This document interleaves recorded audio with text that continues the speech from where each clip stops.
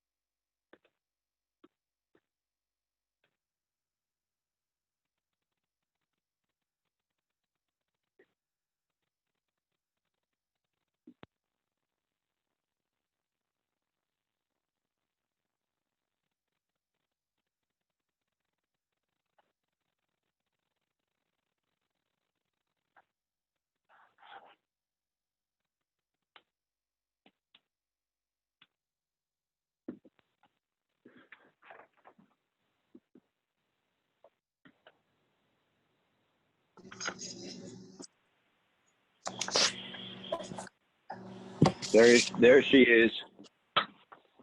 I am. Hi. Hello. How's it going? Really good. Been a busy week, but productive. Yeah. And then you got a surprise guest yesterday. Yes. So we have like a possibly investor. He's trying like to buy a franchise, but he's not a doctor. But to hire a doctor to start running the business for him. So corporate selected like a couple of offices for him to visit, so he like an idea of what is possible. And we were one of the lucky ones. Yeah, we got a surprise. So, but I mean, is that pretty cool though? I mean, like they picked you, so that obviously that means you guys are doing something right. No, exactly. I'm very proud. If I just thought it was a surprise, we weren't expecting anything, so we were like, oh my god, we were supposed to win a train. Right.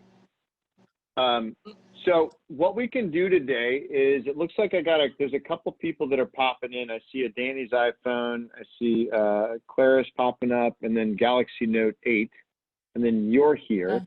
And so these calls are recorded. So I will be able to, we wound up overlapping. So the last call I was on is moved into this one, and the recording stayed the whole time. So I'm going to download it later when we're done, and I'll just edit out basically or chop out yours and theirs and send them independently of each other. But I know we had talked about really getting into handling objections and then working through, I need to talk to somebody else before I can make a decision as our primary focus. So yes, what we can do what I'll do today is basically go through and identify the rules of closing, and then look at, or the rules of handling objections, and then we'll look at specifically how to handle that particular objection one way, and then I'll give you a place to go to find some more, and then I want you guys in your role play between now and next week to just work through like role play practicing that particular response. Yes. And then next week we'll figure out, hey, how'd it go? What'd you get out of that? We'll go through some more theory, right? And then get into some practical. And we'll just do that for 4 weeks, or until you guys feel like you got a handle on some of your key objections. Rules plus spouse 1. Okay. And then, so just so I don't call you Galaxy Note 8 for the next hour, who is that? That's me, Bob. Nicole. All right, Nicole. And then I could see Danny. And then we got Clarice. Okay. And then are we gonna, is anybody else gonna join us? Do we need to grab anybody, or is this is all y'all today? Brianna is supposed to like connect very soon, and Jackie as well, but they were downloading the app and getting lunch. Okay. Cool. So I'll fire up my little screen share here.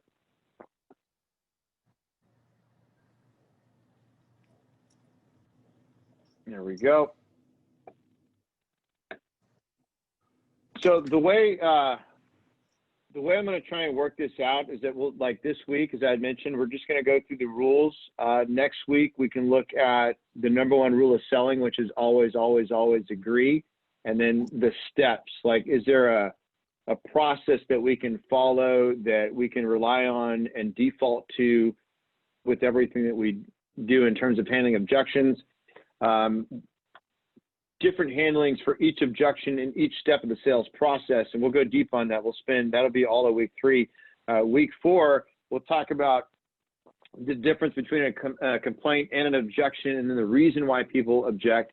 And then what we can do for week 5 is literally, we'll just spend the whole call role playing. So each week I'll cover one of those little things, and then we'll spend some time going over how to handle those objections. And then the last week we do this, we'll spend the whole hour seeing what you learned, how you're applying it, role playing out objections, and closing.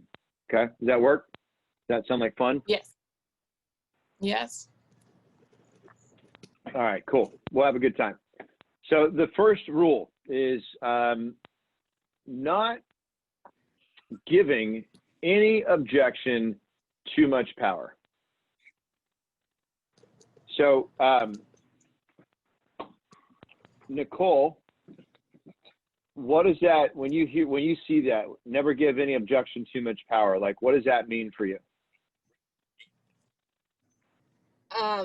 Like, don't let it make the decision, the final decision. It's just an objection, just find the solution for it. Yeah, it's not going to stop. It doesn't have to stop the sale, right?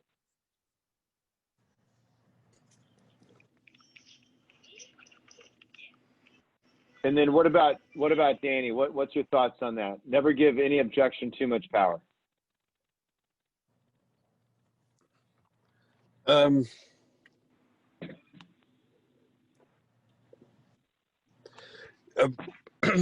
Try to find the, I guess in a sense, try to find the reasoning behind it. A lot of times, you know, people say I need to ask my wife or husband or spouse, and they're just trying to buy some time. So, you know, don't rely on in a sense, the answer that they're giving you. Try to keep kind of prodding away, trying to dig in a little bit deeper. Yeah, and you're touching on a big lesson that I'm going to hit on as we get a little bit closer to the end. So, but what's important on that particular rule is that whatever it is that they say, or whatever oh, look at that little cutie. Hi, who is that? This is Who Emma. is that? What are you doing? Yeah, hi. It's very exciting. She's saying hi back to you. Right? Hi there. Oh, what a cutie. See, that's how you close the deal right there. Right? Kids are the best closers. Okay, so that takes me over to this. Never talk while the buyer objects. And that when somebody says I need to talk to my spouse before I can make a decision, it makes a ton of sense for you to even write it down while you're there. It gives credibility, it gives validity, it shows that you're listening, it shows that you heard what they say. One of our rules is to listen more than you talk. And a lot of times when we do these big calls, right, I speak more than you guys. But what's important to me is that when somebody chimes in, when someone has something to say, that I can shut the heck up and actually listen. So rule number 2 is just never get caught up talking, especially, or never talk while they're objecting. Let them have it. Let them go. Let them get it all out, okay? And write it down to add validity to that. The third rule, which I've broken more than once, is to never take it personal.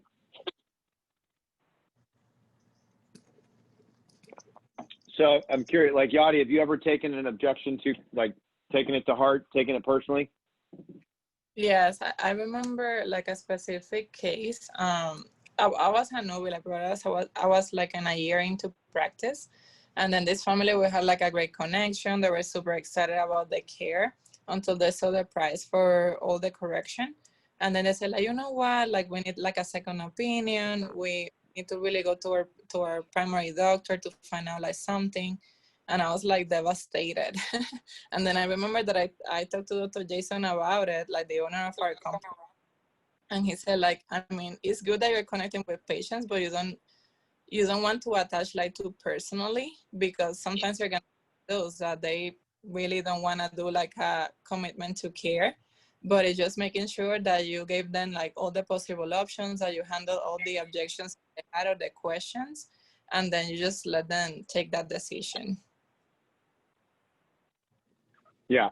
And so like you'll hear, as you guys go through the content, you're going to hear Grant talking about taking 100% full responsibility for the objection, for the sale, whether they do it or not, it's your full responsibility.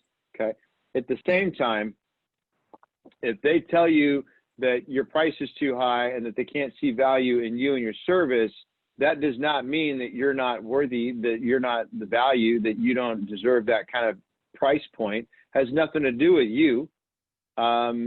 Typically, that's usually a reactionary defense response. It's some kind of like trigger that they have. They don't even know you, right? Mm-hmm. How could that person know you long enough to, you know, if somebody, like when I make a cold call and I call on somebody and they cuss me out for interrupting them in the middle of the day, like, how do I know if that guy didn't just find out that his wife's been cheating on him for 3 years and I'm the next person he talks to? Yeah. Right? Right? I get to catch all of that. It has nothing to do with me, right? So I have a little Post-it note next to my phone so I don't forget. But then the message on the phone is, whatever's about to come out of this guy's mouth has nothing to do with you or him. And it positions me so I don't have to take it personal. It's his objection. It's not mine. It's no reflection on me. So that's an important thing. And that's a hard thing, actually, to get and to incorporate and understand, right? Because you want to take it personally because you take what you do personal, right? Rule number 4, never handle more than one objection at any given time.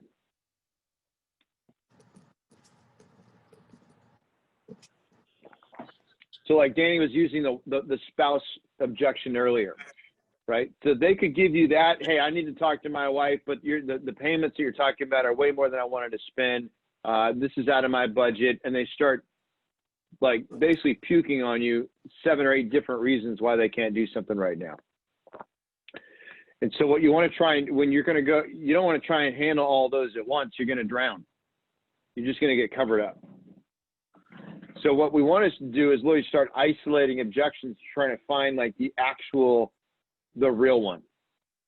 And more often than not, they haven't even given it to you yet. But you want to be able to isolate the objection in a way that they say something, hey, I need to speak to my spouse. Hey, totally understand you need to speak to your spouse. Is that your only reservation? Yeah, I just need to talk to my wife. Okay, great. Or I need to speak to my spouse. Hey, totally understand you want to talk to your spouse. Makes sense to me. I get it. I'm married too. Is that your only reservation? Well, no, we're also a little bit worried about the monthly payment, or no, we're worried about the total cost, or no, we're worried about the scheduling, or all of that. So they no, we're also worried about the cost. Okay, so you need to speak to your wife, a little bit worried about the cost. Is that your only are those your 2 main concerns? No, because we're also worried about getting this scheduled correctly, Okay, and then we isolate them, and then we can then handle them each one at a time and work through them, writing each one down as they give it to you, and then address each one as they come, not trying to handle them all at once. Does that make sense?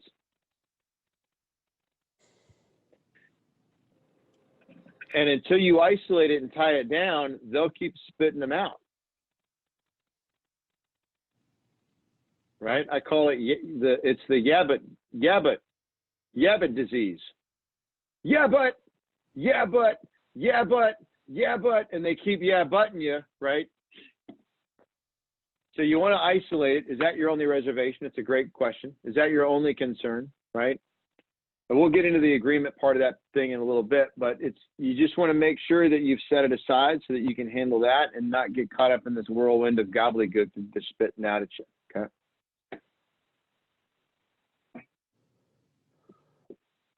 This one has bitten more salespeople in the backside than any other error we can all make. If you tell somebody you're going to do something, you got to write it down.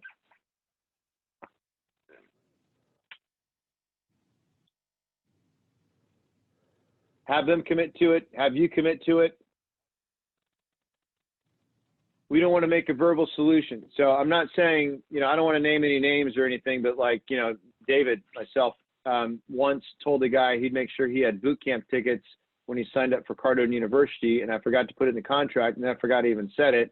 And then 6 months later, when he wanted to go to the boot camp, our accounting department said no because it wasn't on the agreement because I didn't write it down.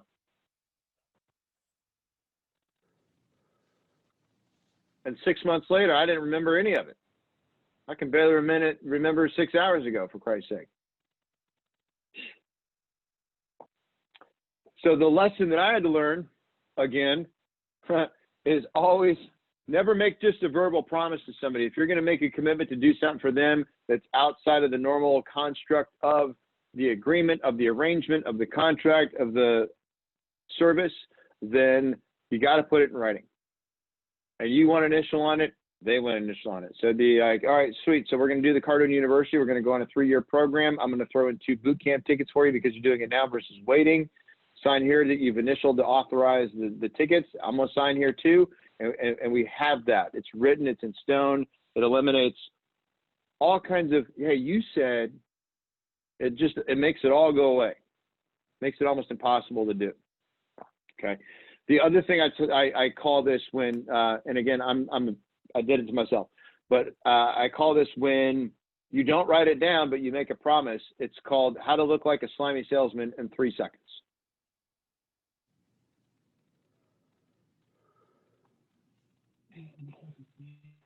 So rule number 6,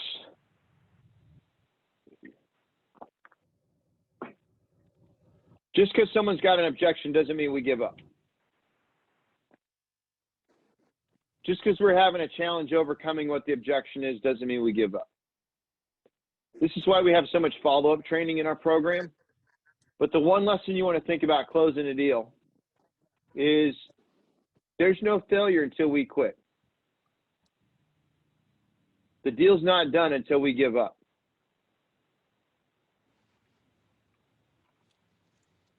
And until they're in our office getting the treatment that they deserve, we haven't helped them. So I'm not going to give up on a negotiation. I'm not going to give up on a deal. I'm not going to give up on a report of findings simply because they tell me my price is too high.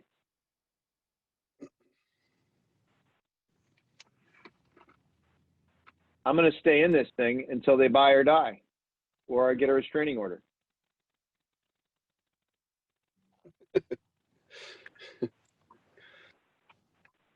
All right. We'll talk about the number 1 rule of selling, but arguing with somebody has never closed the deal for anybody ever. Right? So whatever their position is, if it's true to them, then it's true. And if I'm going to get them to over onto my side of things, if I'm going to take that guy from a no to a yes, then I need to understand and empathize with and relate to his no. So I don't care how wrong they are. Let's go real world. have you had an experience with a patient recently, or not so recently, but where they had an idea of something and they were totally wrong?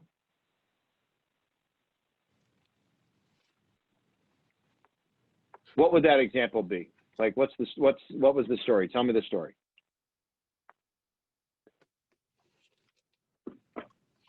At least in our setup, we always have the issue that patients always want to use the health insurance to pay for their care, but most people don't even understand how health insurance works.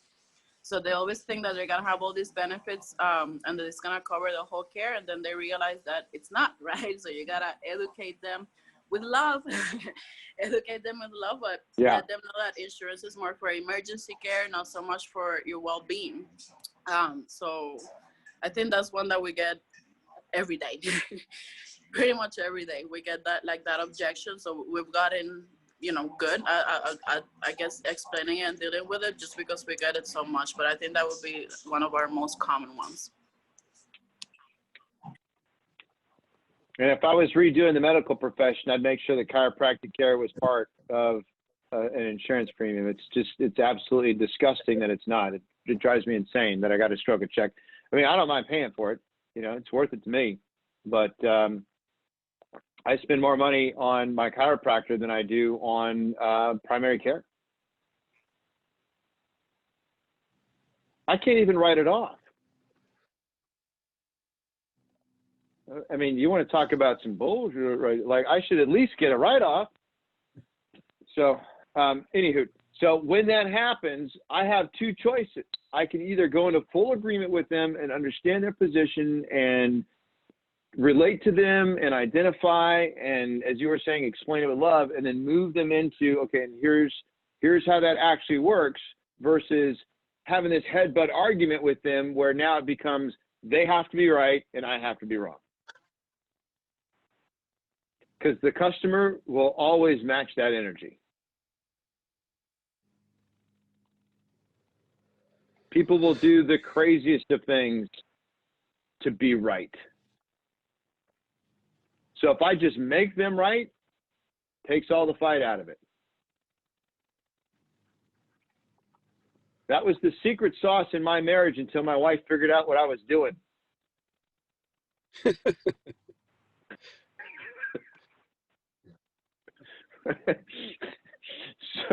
But we want to acknowledge what they're saying. Hey, listen, I understand that you think insurance should be paying for most of this. I agree with you on that. In fact, I think it's ridiculous. In fact, in our office, we're actually working towards getting a certain congressman elected to help fight that and get that part of this program and include it into primary care like that. But right now, that's not the reality. So here's how we're going to work this out for you financially, right?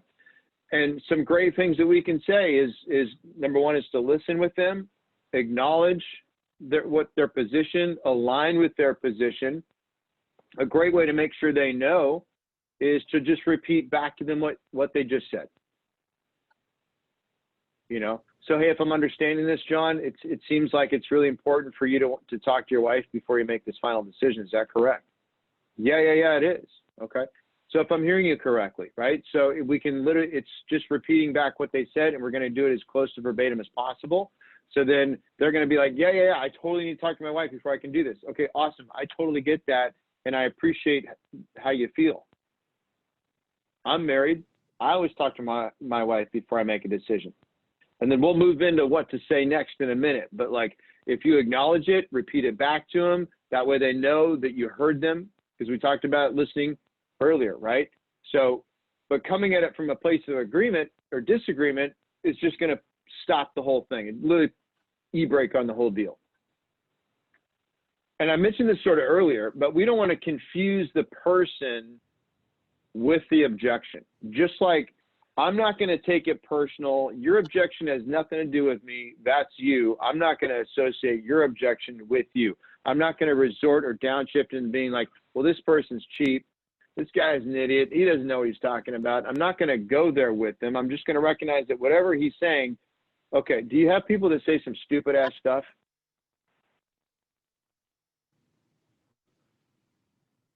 What's an example of some stupid ass stuff people say?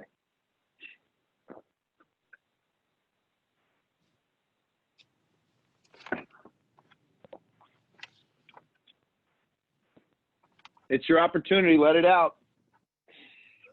I guess when people just want to get rid of years of damage in one adjustment, like they think one adjustment is gonna fix Right? it all and get them better and healthy, and avoid all issues in the future and keep them healthy. Like you gotta be more realistic than that.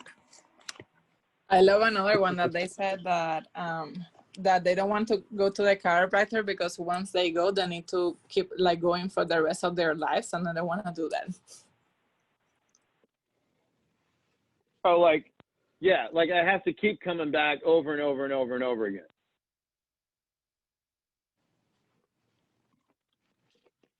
And that's from that mentality of I should just be able to get one adjustment and everything's okay. Do you have people that come to you that actually believe this is some kind of weird crackpot science?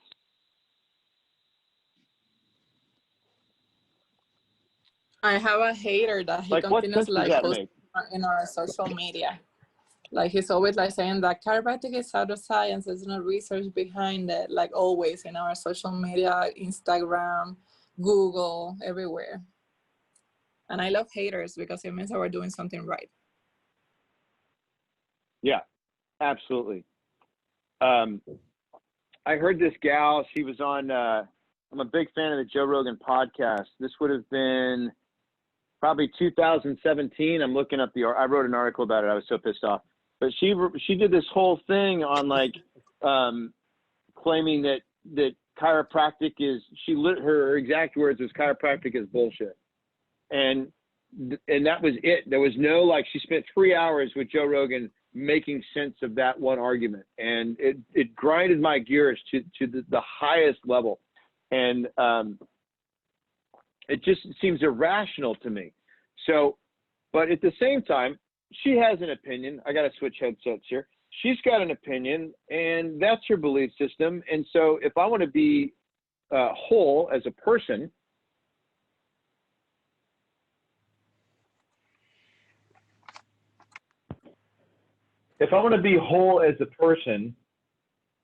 and recognize that is a spiritual being having a temporary human experience, how she got to her really, really poor opinion, I'm not going to judge her as a human being, right?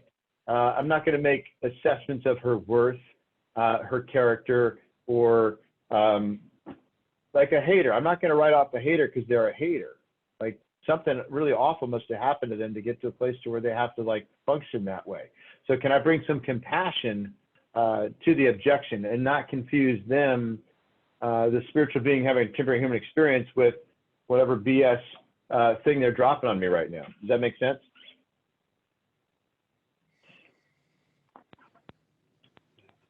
And that's not the easiest thing to do.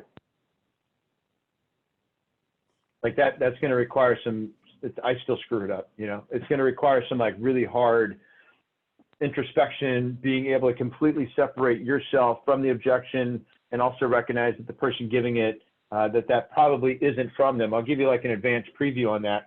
There's a close in our program where you can sit, where Grant says, if somebody says, I can't afford it, I don't have a lot of money, da, da, da, da, da, there's a great response you can give to somebody, which is, who taught you that? Who taught you that you can't afford it? Or if somebody says, I can't do that, right? So maybe you're trying to get somebody to work out. Hey, I can't do that. I'll never get in shape. I'll never be good enough for that. You're like, well, who taught you that? I'll never be rich. Who taught you that, right?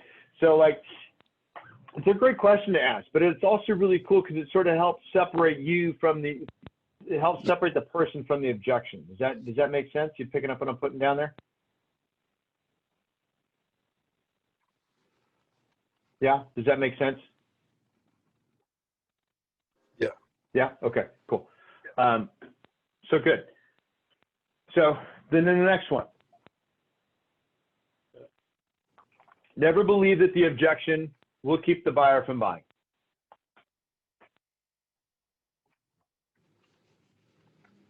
And you know who's really good at this? Kids.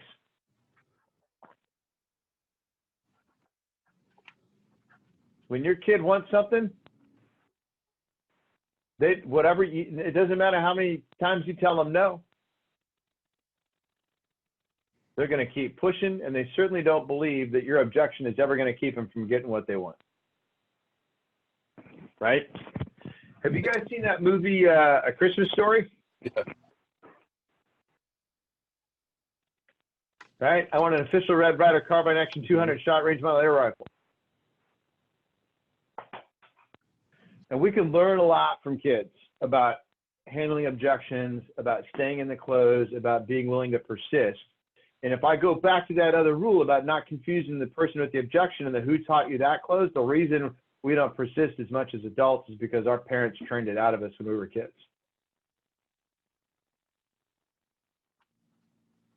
So I just need to modernize my approach and let that little kid back out to play, so I can help people, right? Has anybody ever like given you like the bottom line, take it or leave it, this is the best I can do, and if you can't, then I'm not going to do it?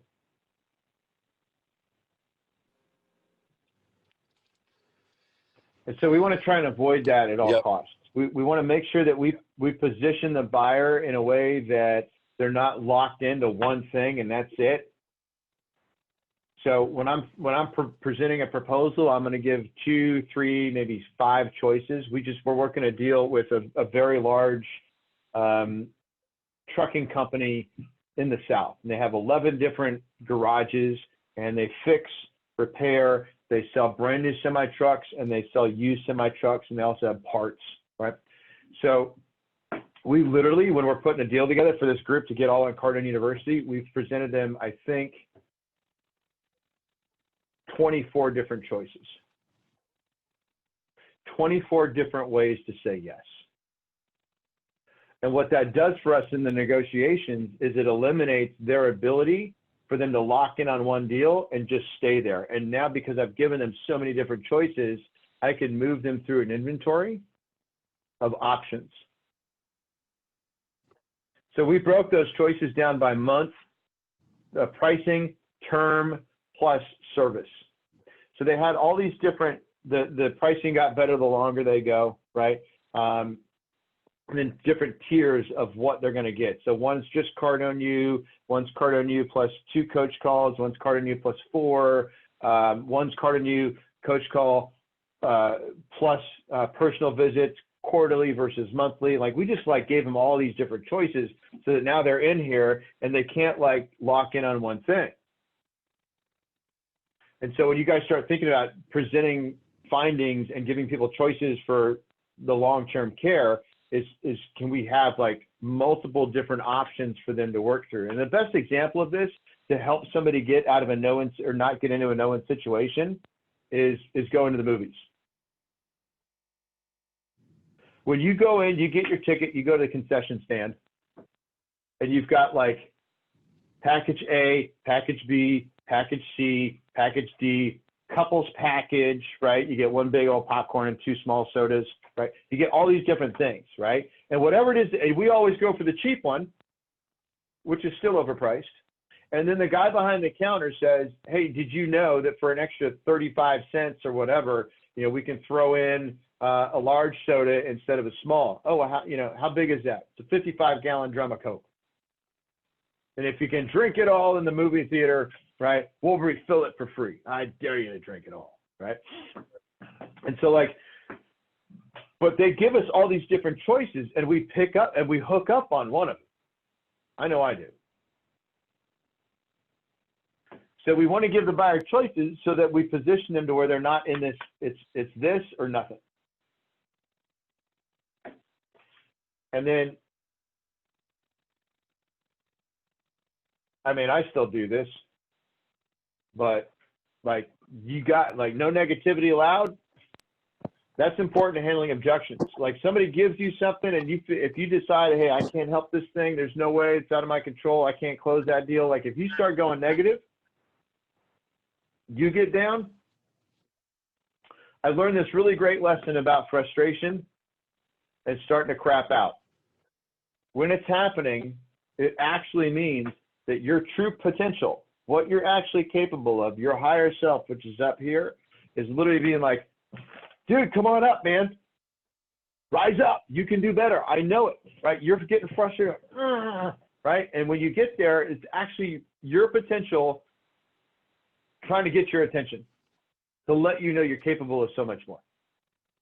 So when an objection comes that I can't handle, I have two choices.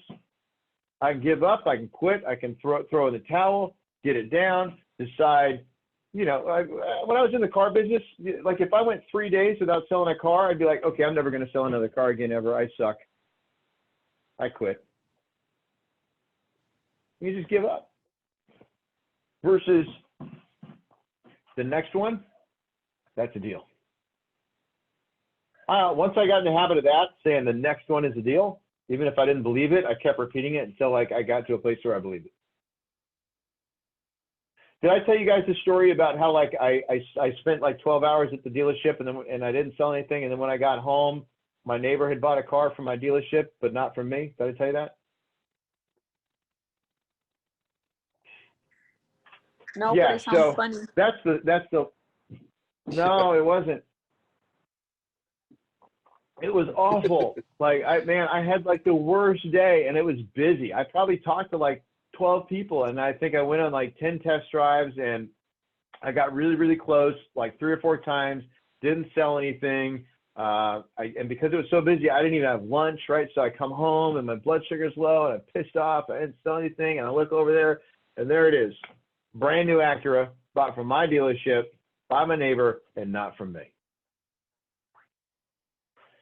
It was like a kick in the crotch.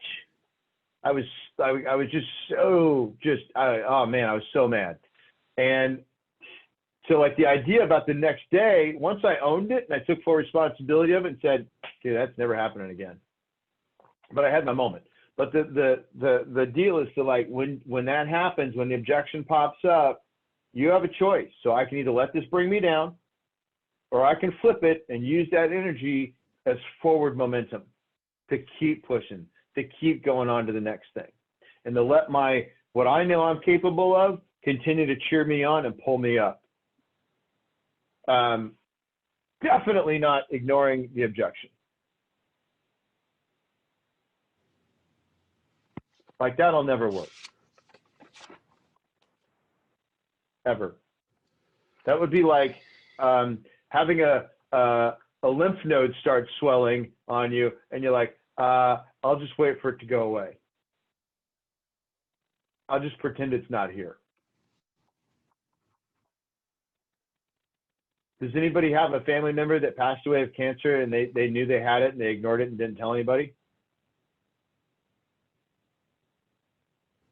My grandfather had stomach cancer for 3 years before he told anybody, even his wife.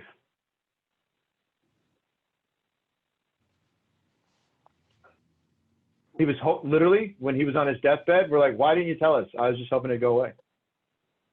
Yeah, no, that's not how that works. And so, serious topic, kind of down, Debbie Downer there, but like when you think about ignoring an objection, that would be like ignoring cancer. Just not going to help. It's not going to work. And that's how serious that is. So if somebody gives you an objection, you can't like just skip over it. I mean, have you ever been in a sales situation where you told the salesperson something you were concerned with, that they didn't address it, they didn't confront it, they moved on to the next thing? What happened to that concern? Got bigger and bigger and bigger, and it was still the reason you didn't do it. So anytime someone gives you something, you got to acknowledge it and you got to address it and you got to confront it. Ignoring it will not help.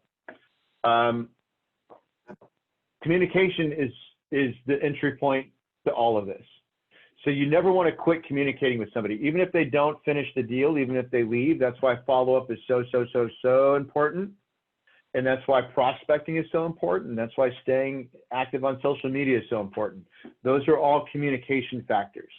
And so while we're talking about handling objections, if you guys can think with big picture for a moment, all the different lines of communication that you have: telephone, social media, text messaging, messaging within social media, email, in-person visits, advertisements, marketing campaigns, direct mail.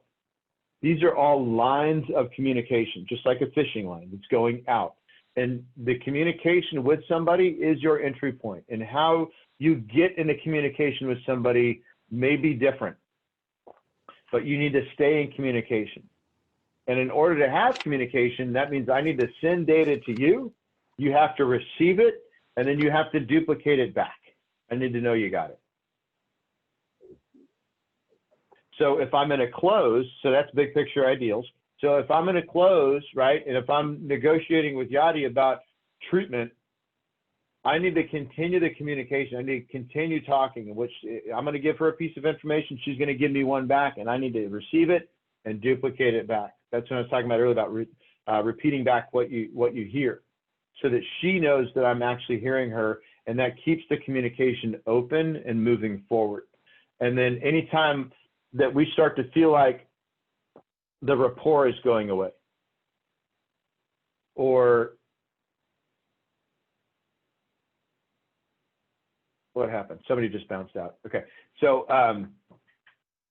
anytime we feel like that the rapport that I have with them is out, it may be an indication that the communication is not as free flowing as it needs to be right now.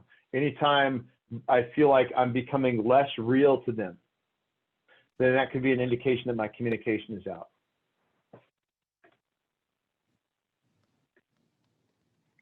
Has everybody read the 10X rule?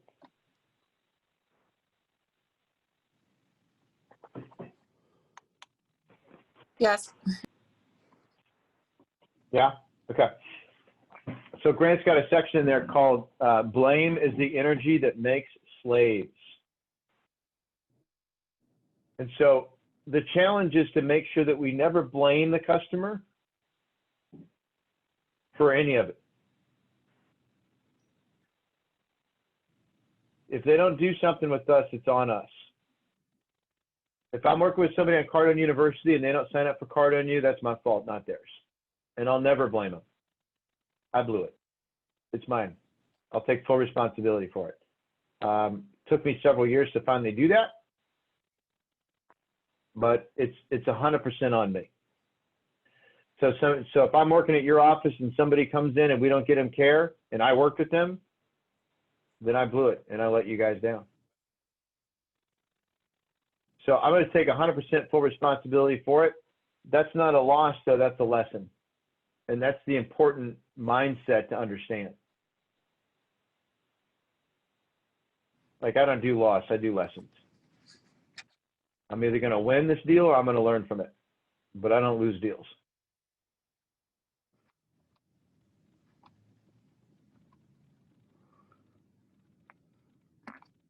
So that's a whole lot of rules you got to play by. No pressure.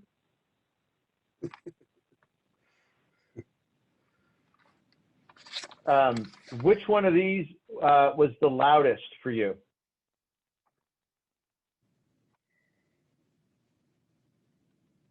And whoever wants to go. Probably, excuse me, like taking responsibility for whatever decision they make. You know, it's like you just said, if they don't sign up, it's you. You know, you dropped the ball. You probably didn't explain whatever you wanted to explain very well, or the value wasn't there, or something was missing. But definitely, like, assuming responsibility and knowing that it's on you, not on them. You have, I would imagine you have people that say things like, you know, we're just getting information, we're not doing anything today, right? Yeah, so one of my favorite responses. We had a keep going.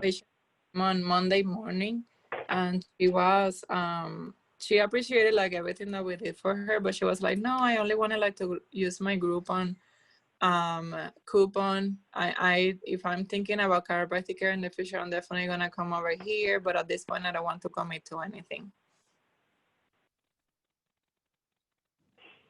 And so, like, my response to that would be, you know, whatever the gal's name was, you know, let's say it was Sally. And hey, Sally, I take full responsibility for that. Whether you decide to do chiropractic care with me or not is 100% my responsibility, and it's on me, right? Hey, we're just getting information today. We're not going to do anything.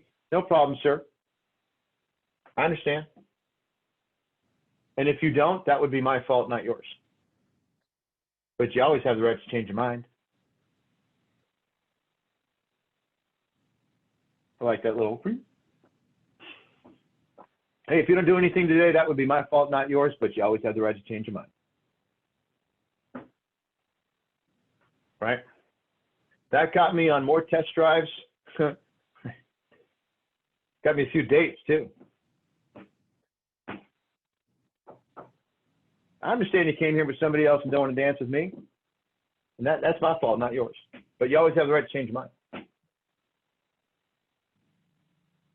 Right? Got to have fun with that. So how we handle, I need to talk to somebody else before I make a decision. Number one, we always want to agree. So if somebody says to me, I need to talk to my spouse or I need to talk to somebody else before I can make a decision, then I want to acknowledge it. Hey, totally get it. Makes perfect sense to me. Understand that. I hear you. Something to that degree. So we agree first, acknowledge it. And then here's the big question. Here's the kicker. If you memorize one thing from this, this is the line that moves you into how to handle it.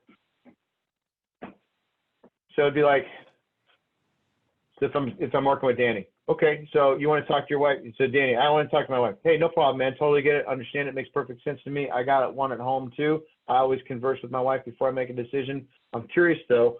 What if she says no? What are we going to do?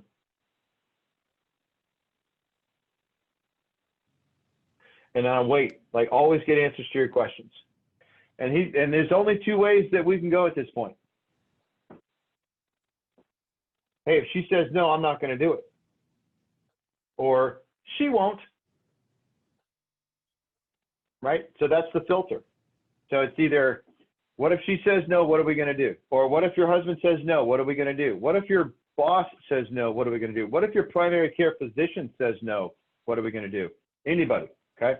If they say no, we're either not going to do it or they won't say no. Those are the only two answers you can get. And that puts you in control of the line of questioning. Is that making sense? Okay, so now, if they say they won't say no, then just close. Okay, perfect. MasterCard, Visa, American Express, or Discover. No, well, I really need to speak to my wife. I understand. I'm with you. But what if she says no? She won't. Perfect. MasterCard, Visa, American Express, or Discover, but I need to talk to my wife. I understand. So let me ask you, does she know you're here? Yeah. I mean, you talk to your wife. Yeah, of course. So she knows you're here, right? Yeah, she does. Okay, great. She knows you're coming in here to get relief, right? Does she want the best for you? Yep. Is it affordable? Yep. Great. MasterCard, Visa, American, and then reclose. And we just keep going down, and I'll give you guys a bunch of ammo if it happens. Most likely, though, they're not going to say that. They're going to say, well, if she says no, then we're not going to do it. Understood. I get it. Would she be saying no to the actual care, or would she be saying no to the cost of it? Well, the cost, of course. Okay. Would that be the monthly payment? Would that be the introductory fee? Like, I don't know how you guys structure your pricing, but then we want to investigate what part of our pricing is the real objection. Because at this point, this has nothing to do with his wife. Are you guys picking that up?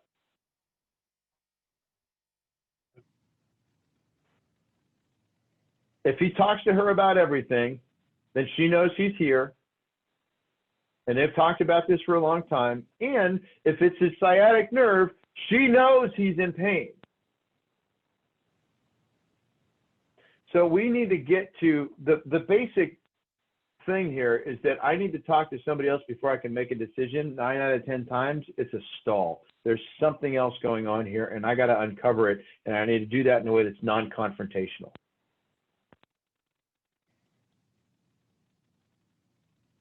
Does that make sense? So like, is your pricing listed on your website? If I go to your website, can I see it? Or like what would be a standard Like, what's your pricing structure? How does that work? It's for a regular adjustment is 58.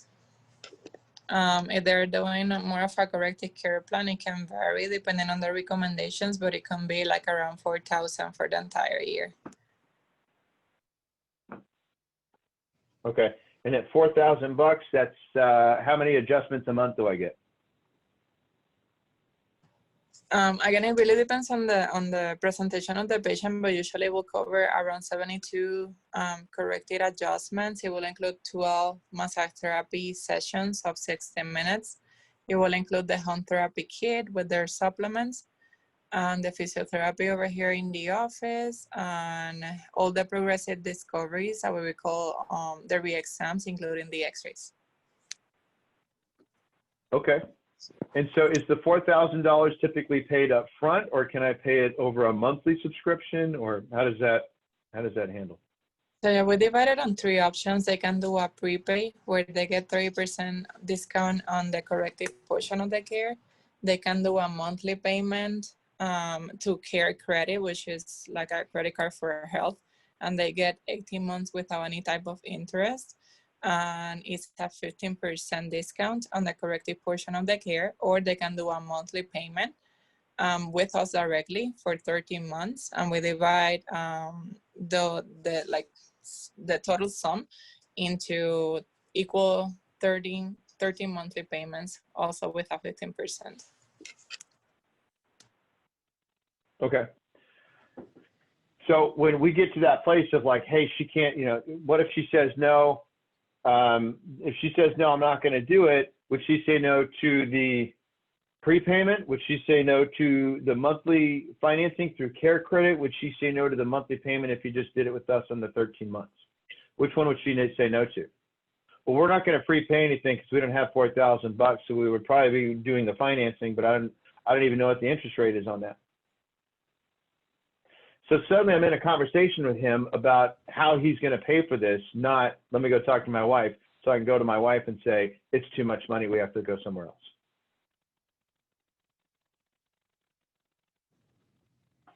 I literally get into the conversation of solving the problem to figure out and taking full responsibility for him getting the financing or getting the money or being able to make sense of the money, not on, I'm going to say anything I can just to get the hell out of here.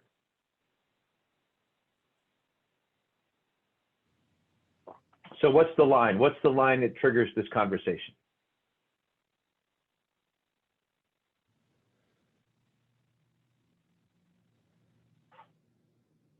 What's the question we want to ask?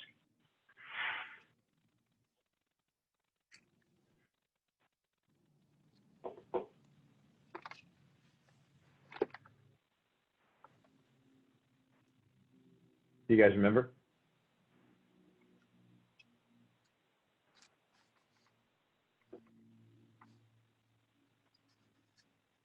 You said for in between the options?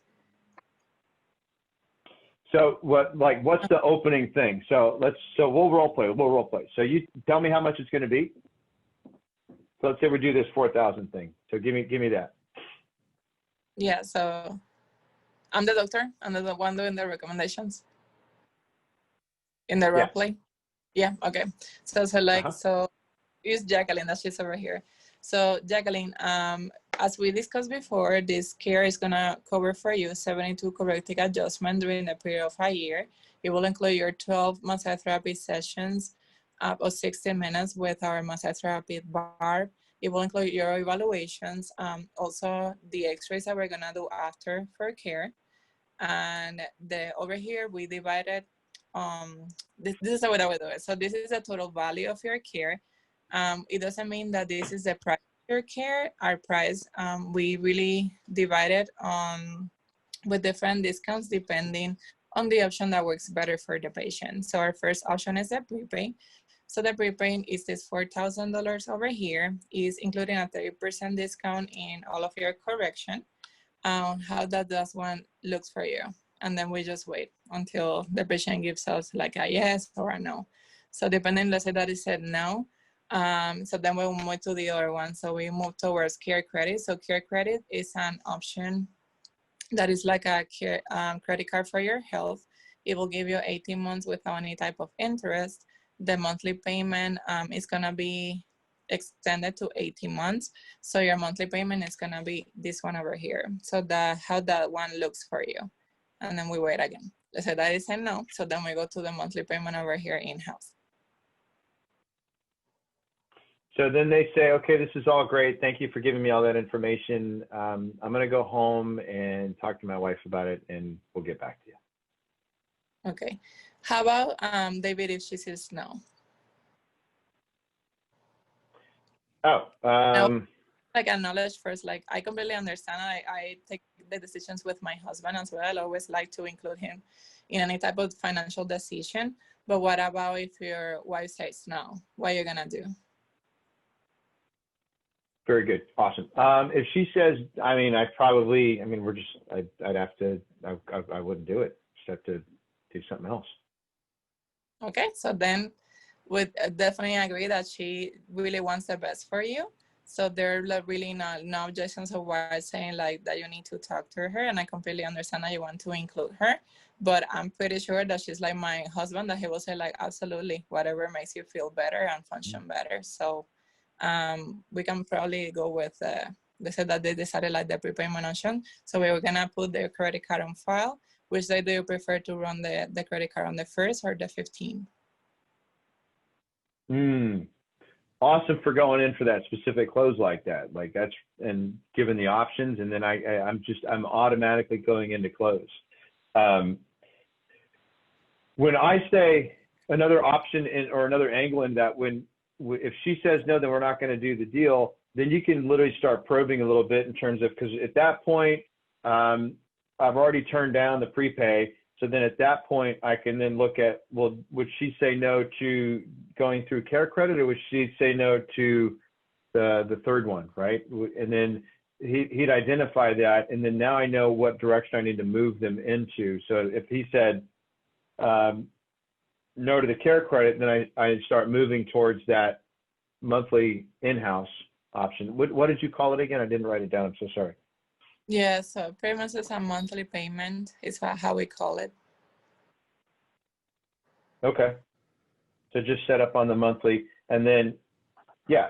So, okay, great. So she'd probably say no to the Care Credit because she doesn't want to finance chiropractic care. It makes sense to me. I probably wouldn't do that either. I'd either pay cash for this thing, or if you guys can take payments with me or direct, that would be even better. And then I can move into that. And then what you just did, which was awesome, just go, okay, you want that taken out on the 1st or the 15th? Like total assumption, which is strong. So, but the flow, are you guys getting it like on the flow where, hey, get it, I understand. What if she says no, what are we going to do? And the reason that it's nice to ask, what are we going to do? Like, what if she says no, what are we going to do? Is it literally makes you guys partners in trying to figure this thing out. Mm-hmm. So who else wants to try this?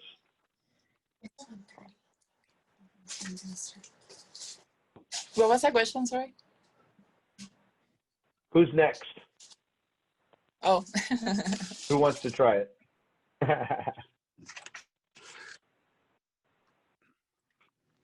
I just had a question on I wrote down to separate the objection from the person. You can always ask the question, who taught you that? One of the examples that you used was, who taught you that you can't, get in shape, or but so I guess my question is when they say I want to talk to my spouse, or I need to ask my husband or wife, that do you want to kind of stay away from who taught you that, because that kind of gets a little bit personal? That was not appropriate for that objection. Yeah, that's not appropriate for that objection. Okay. Great question though. Okay. Yeah. Okay. That's just that would be like if somebody is hemming and hawing about, it's too much money, I can't afford it, I could never do that. When they start going south on themselves, like that's where you can take it off of them. Like, hey man, who taught you that? Like you can do anything you set your mind to, man. Right. Right. But the guy's like, hey, I need to talk to my wife. He's saying, who taught you that? You basically, Yeah, that wouldn't be my punch in Yeah. face. Oh, yeah, you're kind of opening up a can of worms on that one. Right. Yeah, that wouldn't set well with me either. So yeah, no, I get it. And good for noticing that and asking on it. So, but so what I would probably have you guys do is over the next week. Let me move my screen share here for a second. When you guys go into the program, if you haven't found it already,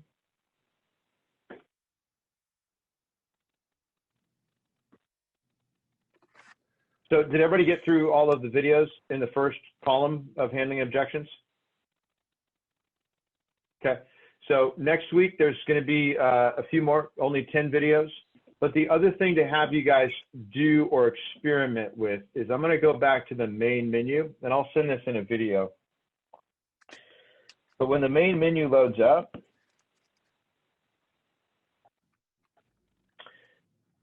right here, this box says handling objections. And when you click on it, it loads up 4 different choices. 2, sorry, my bad. You get two different sections to go to. And when you click on closes, there's this thing here that says stall. And inside stall is the one objection that we worked today, called spouse stall close number 1. But then there is also 2, 3, and 4.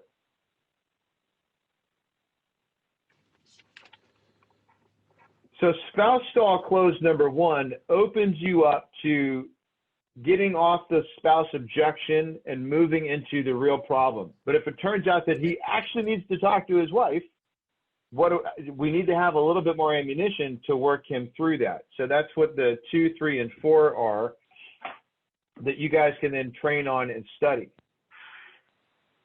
And then you have unavailable party closes 1 and 2. And if you have also, because sometimes it helps to have it in writing. So if you have a copy of the Closes Survival Guide, this would come in handy at this point, because what you can then do is when you pull up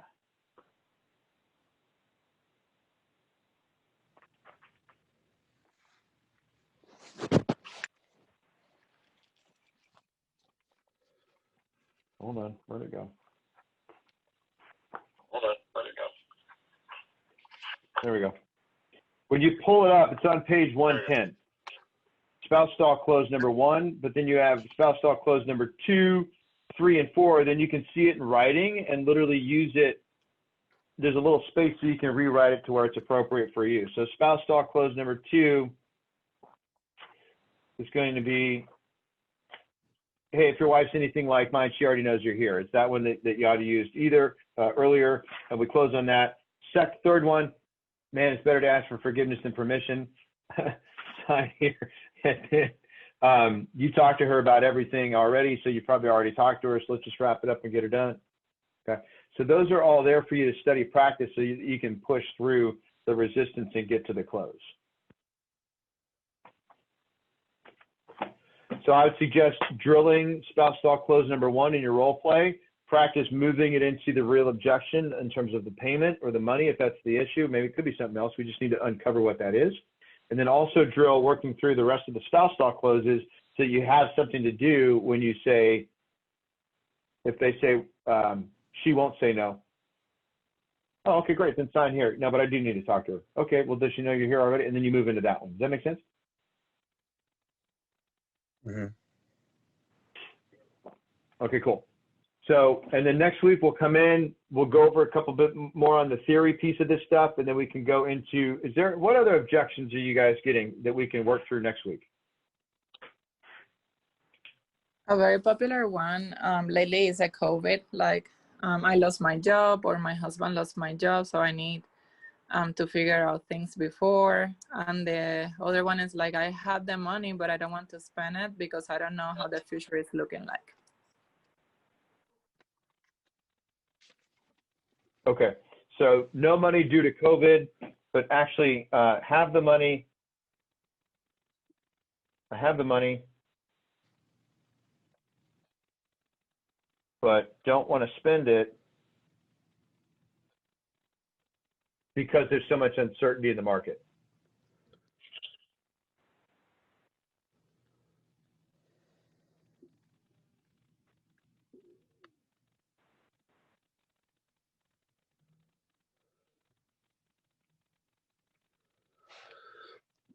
Or the economy, I guess. Okay, cool. So this week, let's just work on the spouse stall. Next week, we'll come back and we'll dig into the program and we'll look at some things in terms of how to handle that next.